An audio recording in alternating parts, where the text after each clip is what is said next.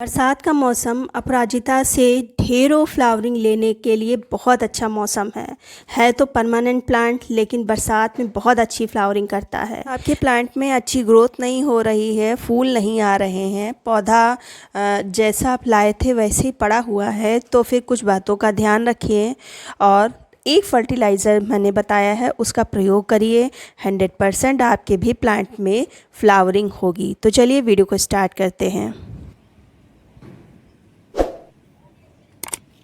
पहली और सबसे इम्पॉर्टेंट बात, अगर आपके पास ये प्लांट नहीं है तो ये मौसम जो बरसात का है वो बहुत ही अच्छा मौसम है। इसमें आप प्लांट खरीद सकते हैं। बरसात एक ऐसा मौसम है जिसमें प्लांट के चलने के 99% चांसेस रहते हैं। दो कलर आते हैं, एक ब्लू कलर आता है, एक वाइट कलर आता है। कभी कभी फ्लावर के कलर लाइट हो जाते हैं, लेकिन आते दो ही कलर हैं। और इस मौसम में आप कटिंग लगा दें, बहुत ही फास्ट रिज़ल्ट देता है, बहुत जल्दी इसमें रूट आ जाती हैं। आपको कटिंग किस ब्रांच की लेनी है तो सेमी वुड टाइप की आप कटिंग लें। मिट्टी में 2-3 नोट्स रखें और ऊपर भी 3-4 नोट्स रखें, बहुत ही जल्दी रूट इसमें आ जाएगी। अब अगर आपके पास पिछले साल के सीड्स हैं तो इस मौसम में आप उनको ग्रो भी कर सकते हैं। आप मेरे ये प्लांट देख रहे हैं, ये सभी सीड्स से ग्रो हुए हैं और बरसात के मौसम में सीड्स भी बहुत ही जल्दी प्रिपेयर होते हैं, बहुत ही जल्दी पकते हैं। तो अगर आपके पास पकी फलियां रखी हैं तो इस मौसम में आप ग्रो भी कर सकते हैं, बहुत ही जल्दी जर्मिनेट होती हैं।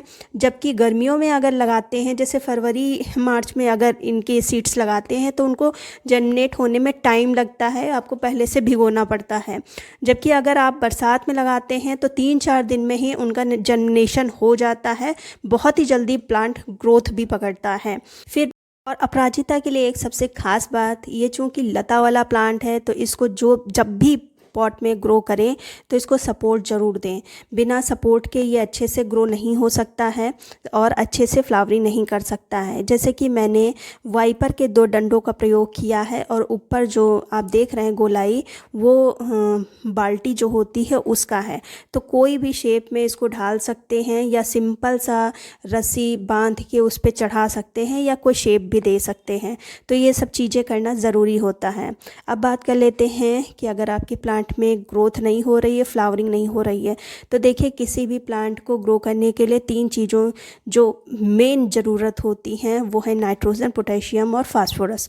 ये तीनों चीज़ें एक प्लांट की ग्रोथ के लिए बहुत ही ज़्यादा आवश्यक होती हैं। साथ साथ प्लांट को अगर मैग्नीशियम, आयरन, कैल्शियम वगैरह भी दिया जाता है तो प्लांट की पत्तियाँ खूब अच्छे से चमकदार होती हैं।